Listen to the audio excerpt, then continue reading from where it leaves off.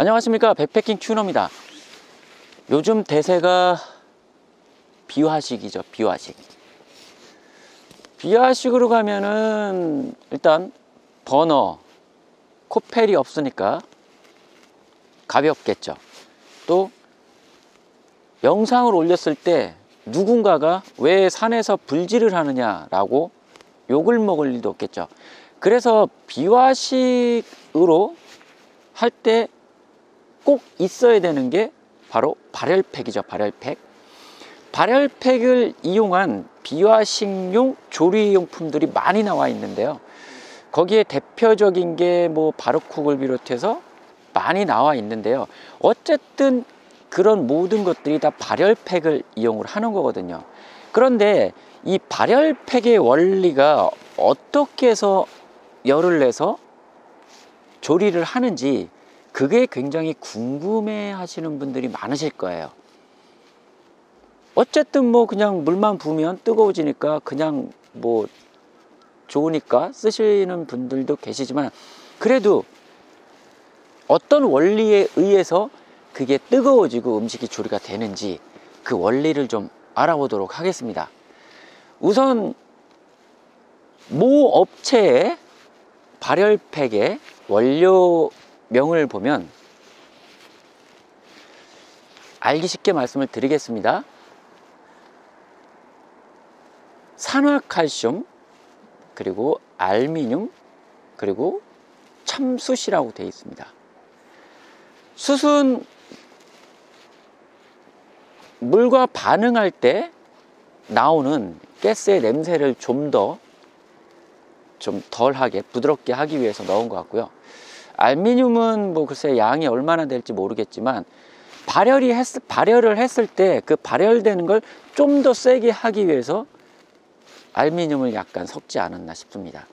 그리고 나머지 아마 제 생각엔 90% 이상이 이 산화칼슘이 90% 이상일 겁니다. 좀 더 쉽게 말씀을 드리면 이 산화칼슘은 우리가 주변에서 얼마든지 볼 수 있는 아주 흔한 겁니다. 돼지 구저역이라든가 뭐 아프리카 돼지열병이라든가 이런 게 발생을 했을 때 우리가 차 타고 지나가잖아요. 그 차 타고 지나갈 때 보이는 그 하얀색 가루, 그게 바로 산화칼슘입니다. 생석회라고 하죠. 생석회.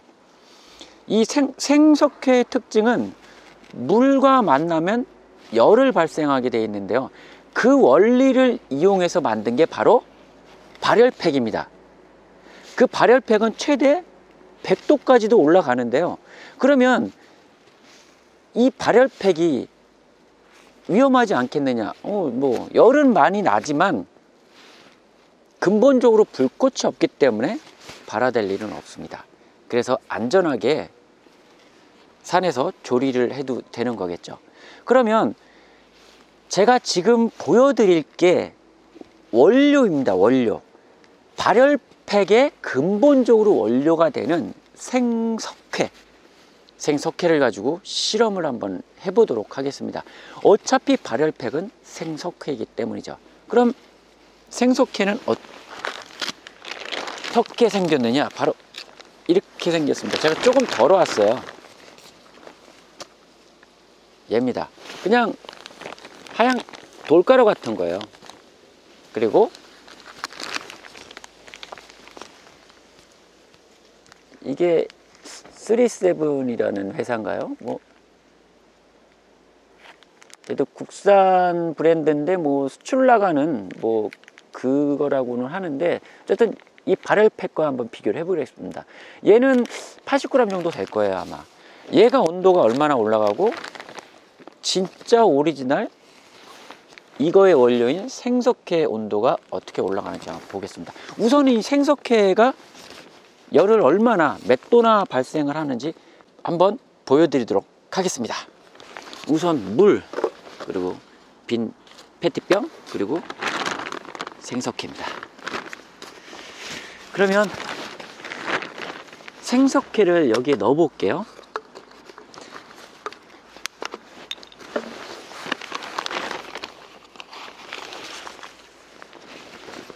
생석회는 뭐 이렇게 손으로 만져도 뭐 인체 무해하네. 생석회는 뭐 이렇게 손으로 만져도 별 그런 거 없어요. 이렇게 보면 돌덩이 같아요, 돌덩이. 보이시죠? 돌덩이 같습니다. 이게 물에 반응하면 열을 내주는 거거든요.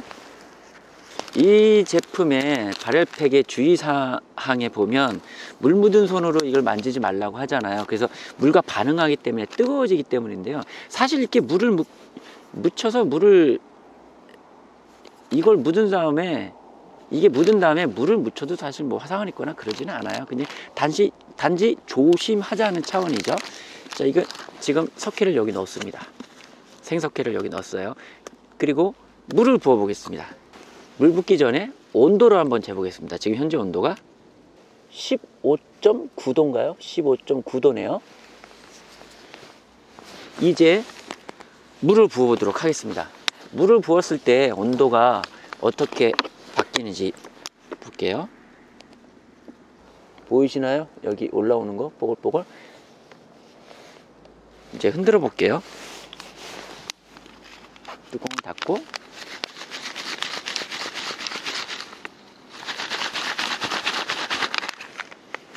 벌써 따뜻하네요.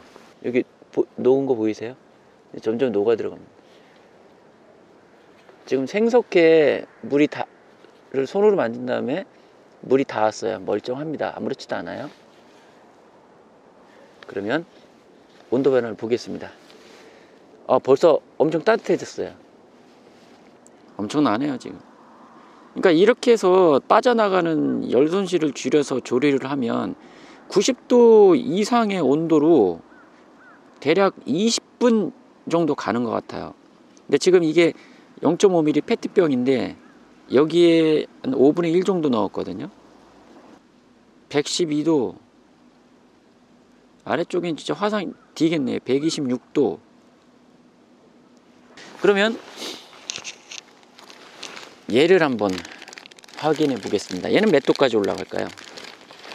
얘도 어차피 똑같습니다. 얘도 어차피 산화칼슘이 원료입니다. 물을 부어 볼게요.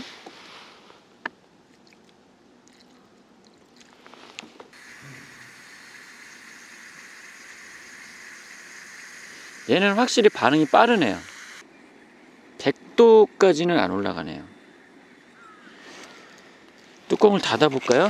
압력이 있어서 터질 수 있기 때문에 이렇게 하나만 해놓을게요. 근데 이 발열팩 자체가, 이 상품으로 나온 발열팩이 확실히 김이 많이 나고, 그러니까 발열하는 속도가 굉장히 빠르네요. 94도가 최대한 올라간 거네. 이 통을 기준으로 한다면은요. 네, 잘 보셨습니까? 오늘 은근히 춥네요. 산이라 그런지. 비아식 백패킹은 대세이기도 합니다. 그렇지만 우리가 산에 정말 힘들게 올라갔는데 안 먹을 수는 없거든요. 산에서 컵라면만 먹고 내려올 수도 있지만 그래도 힘들게 올라갔는데 뭐 한두 가지 정도는 맛있는 걸 먹어줘야 되겠죠. 비아식 백패킹이라고 해서 그런 발열팩을 이용한 조리가 한계가 있다고 생각하시는 분들이 많이 계신데요. 비아식 백패킹으로도 충분히 내가 먹고 싶은 걸 충분히 먹을 수 있습니다. 물론 양을 많이 가져갈 필요는 없겠죠. 조금씩만 해서 하면은 충분히 버너를 사용해서 할 수 있는 요리도 충분히 할 수가 있습니다. 오늘은 비아식 백패킹에 대해서 1편이었는데요. 1편에서는 발열팩이 어떤 원리로 뜨거워지고 혹시 위험하지 않을까 궁금해 하셨던 분들을 위한 영상이었습니다. 다음 편 2편 때도 비아식 백패킹의 조리를 어떻게 하면 잘할 수 있고, 또 비아식 백패킹의 가장 근본인 발열팩 하나만 가지고도 다른 장비 필요 없이 조리를 할 수 있는 그런 방법을 한번 알아보도록 하겠습니다. 그 이후에 3편에는 비아식 백패킹 장비의 모든 것들을 다 보여드릴 수도 있겠고요. 그래서 계속해서 이 영상을 보시면 비아식 백패킹 조리, 특히 발열팩을 이용한 이 조리법 이런 거를 많이 아실 수 있으실 겁니다. 지금 미리 구독을 신청을 해 놓으시면 영상이 업데이트 될 때마다 바로바로 보실 수 있습니다. 좋다면 물론 좋아요도 꼭 눌러 주시고요.